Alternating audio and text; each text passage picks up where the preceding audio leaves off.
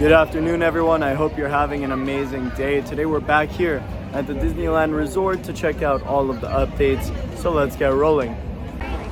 Today I'm going to be trying a different approach onto our normal videos.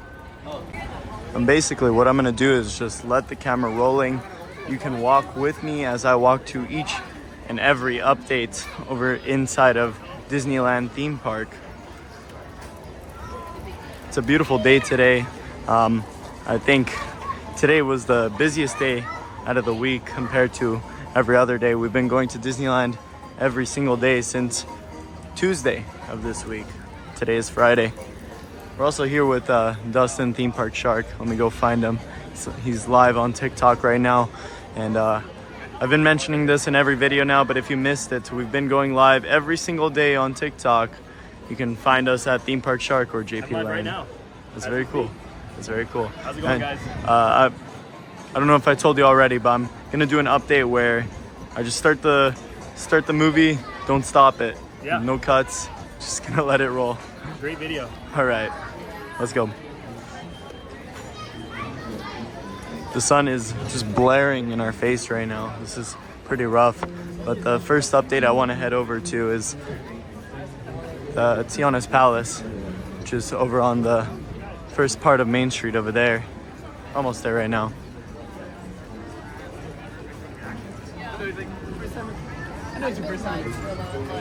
Disney actually announced that they're gonna have more alcohol beverages offered at Cafe Orleans and Carnation Cafe on Main Street, USA.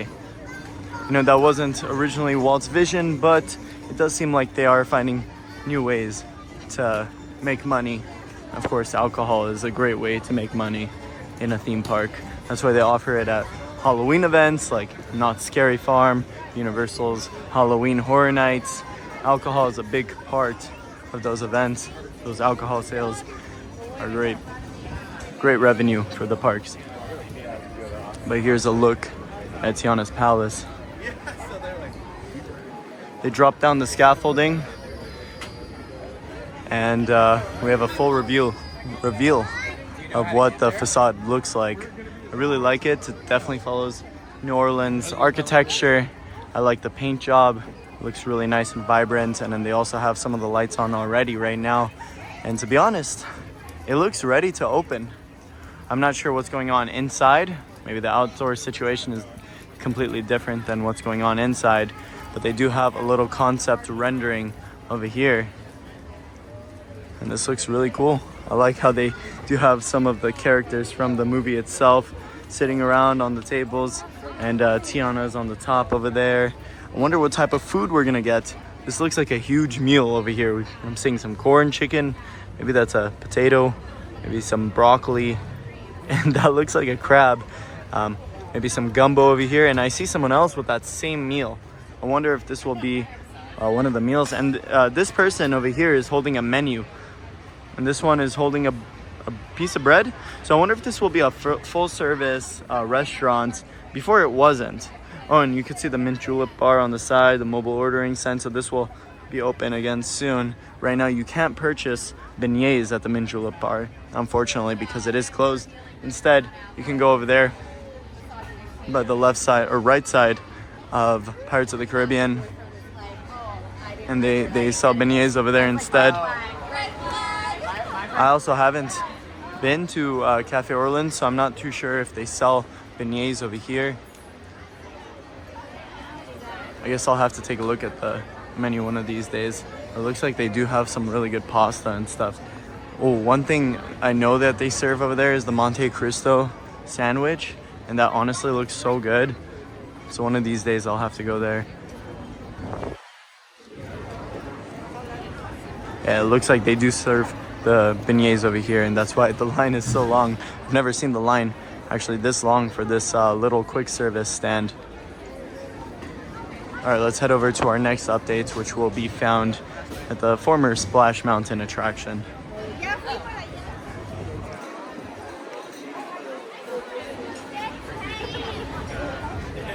While we're walking there, I just want to talk a little bit about the Haunted Mansion, because Dustin and I both watched the new Haunted Mansion movie. I've been talking about it a lot this week. If you guys have been watching the live streams and everything, I've been talking about the Haunted Mansion movie a lot. And I really like how they have representation of almost every Haunted Mansion across all Disney parks. I think, I don't know if I saw any representation of Mystic Manor or Phantom Manor, but I know for the most part it has a lot of Easter eggs from all the Haunted Mansions around all Disney parks. Or at least all Haunted Mansions named Haunted Mansion. Also on the way, they brought in a new show, a new nighttime performance show in place of Fantasmic, because we no longer have showings of Fantasmic. The little show is called Queenie and the Jambalaya Band, and it's a great addition to New Orleans Square. Especially at night. They leave the Fantasmic fountains running, and they have live entertainment, which is always awesome. Speaking of Fantasmic, they announced that the show won't be returning until spring of 2024. And they also said that Murphy, the iconic dragon, the dragon villain, won't be making a return when Fantasmic comes back. So I'm pretty sad about that. It's crazy to think that a fire would affect a show like that. Look at this, they have a Hatbox Ghost Sipper, which is now being sold over here at many different locations. So they have it over here. They also have it at the Harbor Galley.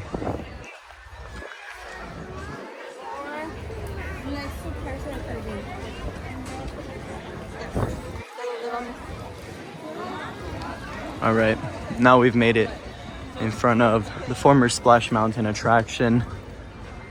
You can see that an iconic piece of the attraction is missing.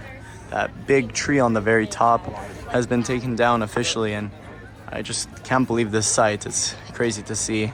It looks like they are slowly taking away some other theming pieces. There's not any like huge noticeable changes quite yet, aside from like the intense amount of scaffolding around the entire mountain.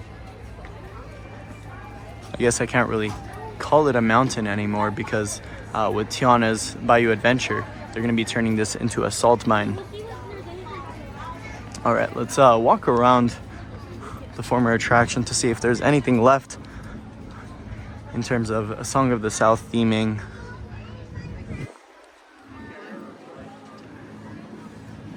Now that the attraction is closed, it's been pretty chill on this side of the theme park. There hasn't been that many people walking around this area. The only people that walk around this area are the people that take the long way to get to Galaxy's Edge, or the people heading to Winnie the Pooh, or the people heading to Hungry Bear.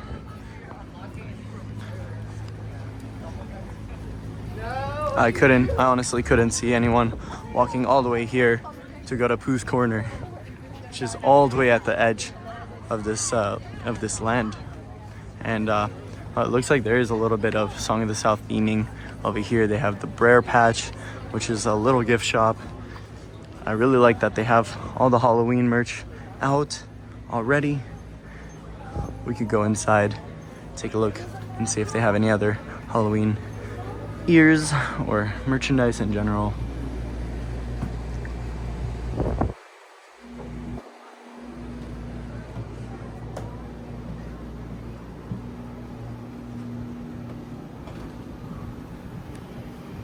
Oh wow. Okay.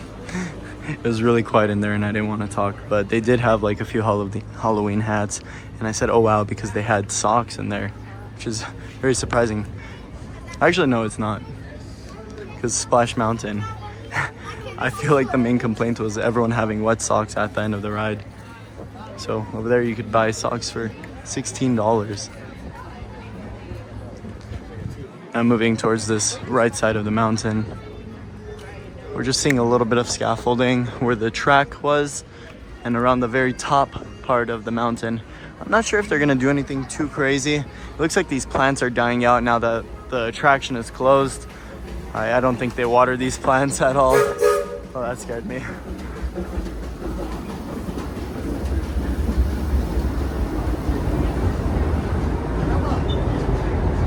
Oh yeah, also let me know what you guys think about this approach on an update vlog.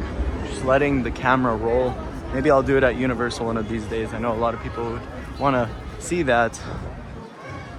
Here's a look at Splash Mountain, the entrance at least. They removed the sign, of course. That was the first thing to go. This is crazy. It's hard to tell if they're doing anything inside of the queue right now. I'm not seeing anything too crazy, but I do see some plywood over there, some plywood planks just sitting, leaning against the wall. So I don't think they've started anything too major inside of the queue.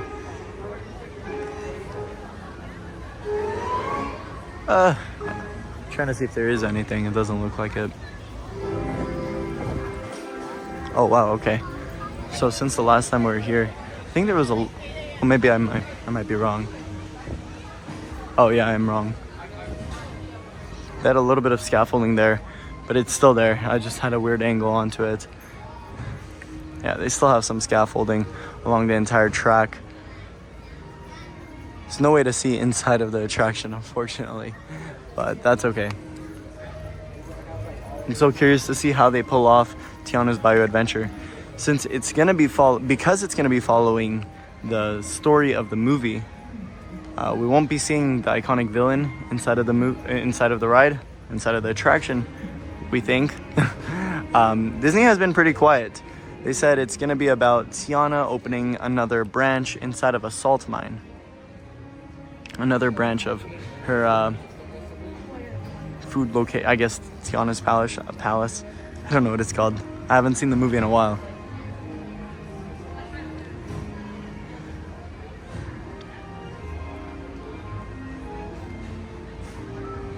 Yeah, nothing too crazy going on right now. Just a lot of scaffolding. It looks like there is a rig up there, so they might be rigging things into the attractions building. I think that's where the lift hill is, if I'm not wrong. The lift hill sits right behind this rock over there.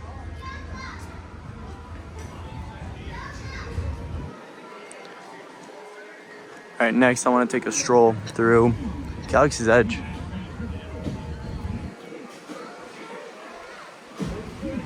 I just noticed I completely lost Dustin. I'd be asking him his thoughts on the changes. I'm sure we know how he feels. I think we're all a little sad about an iconic attraction like this closing, but it's okay. I mean, even Walt Disney said Disneyland will get better and better in the future. It's a never-ending project.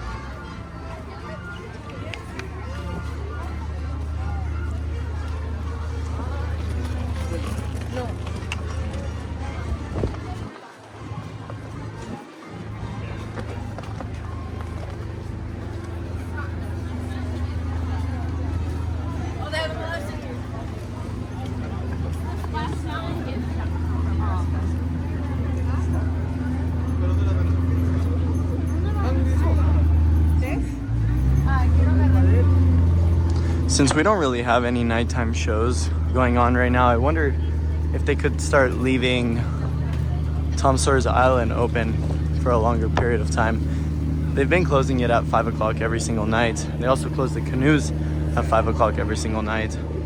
I wonder if they could push that to like 6 or 7 o'clock now that we don't have a major showing on the island. There's no pyrotechnics.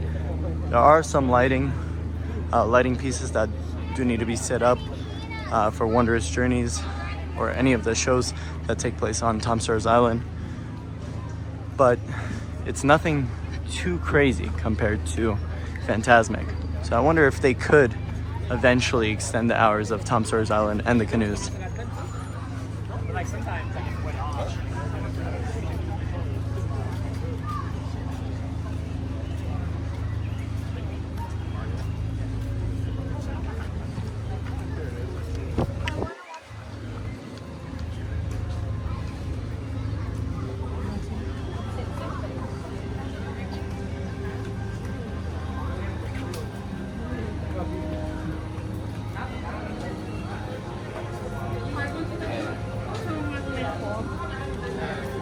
Oh wow, look at the wait time for Rise of the Resistance. It extends all the way out here.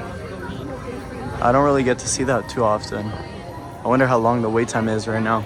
We'll go take a look once we get closer to the attraction's entrance.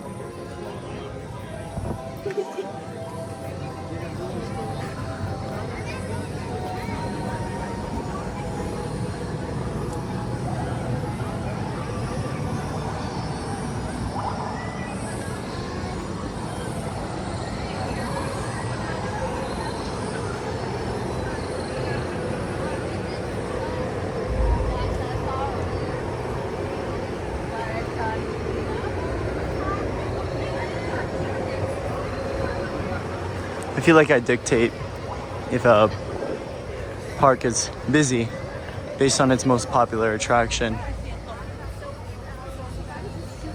think dictate was the wrong choice of word. I think I know if a park is empty just based on how busy its most popular attraction is. Right now, Rise is a 75-minute wait, so I would say it's like a 7 out of 10 busy level day, if that makes any sense. But earlier this week, the Rise of Resistance attraction was only like, I would say 45 minutes on average, which means you're only waiting 20 minutes until the attraction's experience begins at around the 20-minute mark in line. And I don't really consider that a part of the line. I think that's the beginning of the experience. But it still takes about 40 to 45 minutes to get to the ride itself, if the attraction's posted wait time is 45 minutes. But I consider all the little pre-shows and everything before the actual physical ride vehicle a part of the ride. So let's say the wait time is 75 minutes right now. The wait time would be technically 55 minutes and then an additional 20 minutes to get to the ride vehicle. The only reason I wanted to walk into Star Wars Galaxy's Edge tonight is because I wanted to reflect on the land itself. The land has been open for, I want to say, roughly 3 to 4 years, maybe 5. And when they first announced the land that was coming to Disneyland, they said that it would be this insane land full of characters where you could create your own Star Wars story. They made it really seem like you could easily spend all day inside of this Star Wars themed land. And I feel like now that it's been open for a while, and even since the beginning, that hasn't been the case. I think you could spend a max of like an hour in this land discovering new things, but after spending an hour inside of the land, you've basically seen everything. I think I've been walking in this land for about 3 minutes now, and I'm already on the other side. It would probably take like 10 minutes to walk back and forth. Also, they talked a lot about characters. They talked about introducing a new villain to the land that never came into fruition. Also, that bounty hunter thing they set up with the magic band hasn't been working for a while. I came on Tuesday and I brought my magic band and it didn't work. I'm not sure if it's working right now, but I know on Tuesday it wasn't working. It also seems like not many people are actually using this right now. I know the first few days I saw a lot of people using it, but after some time it died off. Right now we do have a character out. Rey is out meeting guests. I'm sure if we walk out to the other side, we'll see Kylo Ren and stormtroopers, possibly. We'll find out in a moment. But yeah, so when they first announced the land, they introduced a new villain or a new antagonist character. And we never got to see him. I forget his name. But if you ever go back to the Galaxy's Edge announcement, they made the land seem so incredible.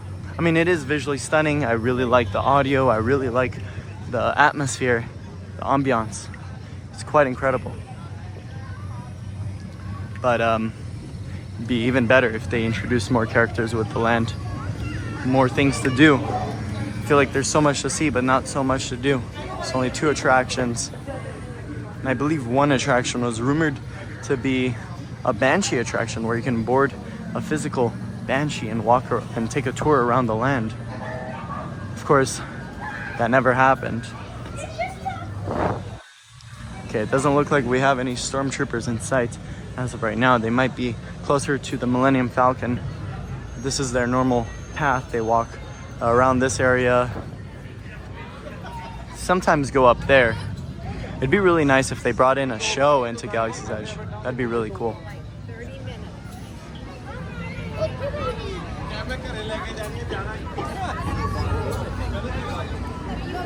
I think from time to time they bring out R2-D2, but I haven't seen that recently.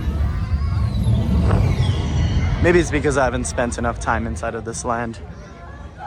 Maybe R2 comes out like throughout the day, maybe by 12. Maybe that's the peak time that all the characters come out, but I haven't seen that. And I've been at Disneyland for 4 days now. I've definitely been inside of Galaxy's Edge around 12 o'clock. Also, here's the current situation on Oga's. Doesn't seem like too big of a line to get in right now. I think they do have a walk-up list, so you could just walk in.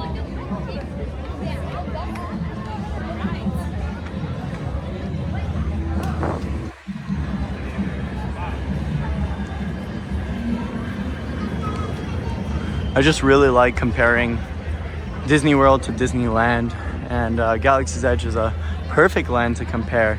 I mean, I would say the Disneyland counterpart has a larger version of Galaxy's Edge and a taller version of Galaxy's Edge.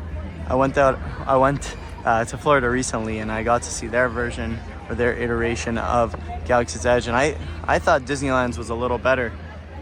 Theirs was very close. Everything was really close to each other in their version of the land. I just really enjoy ours a little more, and especially at night, you could even watch the fireworks from inside of the land. I feel like that's so unique, so cool. And they even make an announcement inside of Galaxy's Edge saying that their nighttime pyrotechnic spectacular will begin soon, and I feel like that's also really, really unique. They try to make it a part of Galaxy's Edge to make it seem like there is a community of people. There is nighttime celebrations. Let's say they beat the First Order in something, they throw a celebration with fireworks, and maybe even celebrate in Oga's Cantina.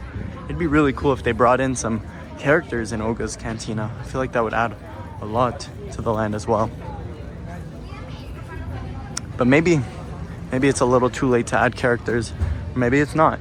I think the best way to do it is introduce a new attraction inside of the land, and then from there, get that momentum rolling, get the ball rolling, and start dropping more and more characters.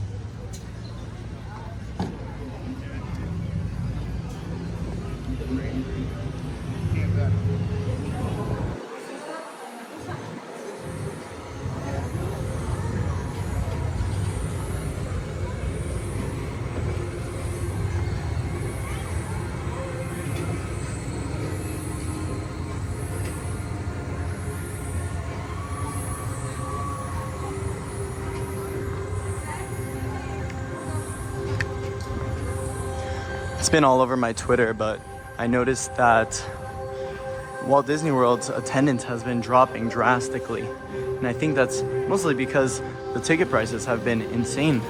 It's been so crazy high that tourists have been choosing to avoid the theme parks themselves. They've been choosing other theme parks, more affordable theme parks like Universal Studios, SeaWorld. I believe they have Legoland out there as well. And the attendance at those parks have been rising as well, especially now that all of those theme parks have opened. I'm not too sure about Legoland, but I know that SeaWorld opened a new attraction recently. I know that Universal opened a new land, Minion Land, recently. And I feel like we here in Disneyland also experienced a small attendance decrease. I'm not too sure if it's in result of the reservation system or something else. But I think typically Disneyland over the summertime is crazy busy, remarkably crazy busy. And this year it wasn't that busy at all. Like, I never saw Rise of Resistance over 115 minutes. It seems like a long wait time, but when you look at the other attractions, everything was around the 40-minute mark. You guys use the restroom, okay? And then you also compare that to Universal Studios, which almost had a sold-out day every single day of summer because of Super Nintendo World. So we'll see what Disney has in their books. I'm sure they have a lot of exciting attractions and exciting experiences planned for us. And hopefully that'll increase attendance. But here's Red Rose Tavern. It recently came out of a refurbishment. The restaurant itself was open, but they were repainting the entire exterior of Red Rose Tavern.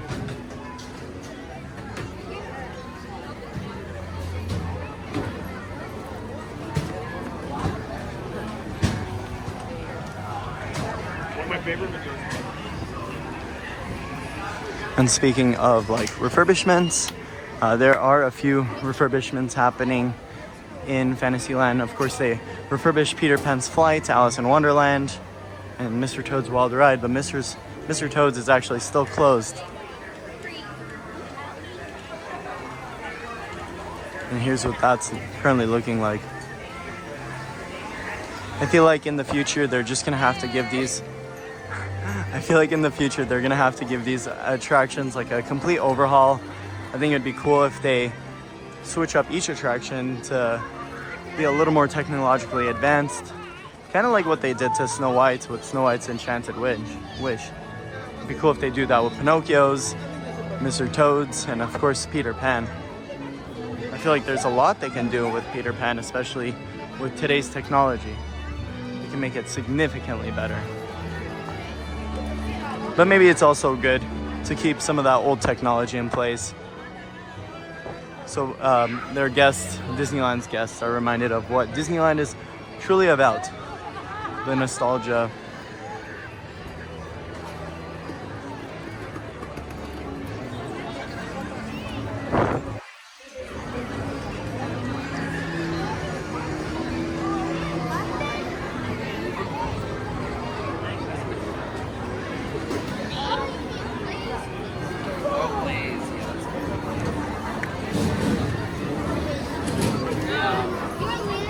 High school. Are you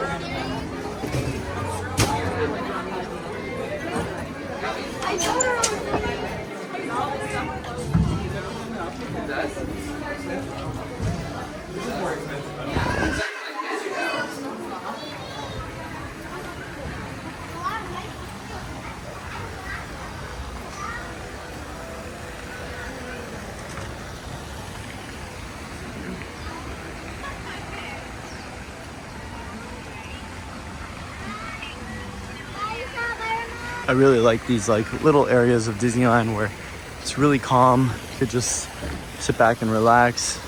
Have a nice calming water fountain over here. This is so calming. It's so serene. It's really quiet. It's a really good area to just dial back and relax, especially at Disneyland where there's so much noise, it's so loud. This is like so soothing. It's so soothing to be here. But since the last time I was here, looks like they have added some tarp to the scaffolding, and they're definitely going to begin their paint work within the next week or so. I feel like always around this time, it's either these facades that receive scaffolding and a repaint, or the Royal Theater that receives a new canopy and a new repaint. So I believe next year it'll be the Royal Theater, because I remember last year they replaced the canopy on the Royal Theater.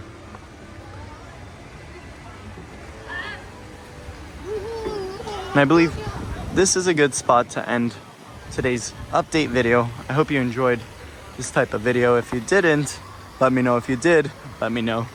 I'm JP, and that's a wrap.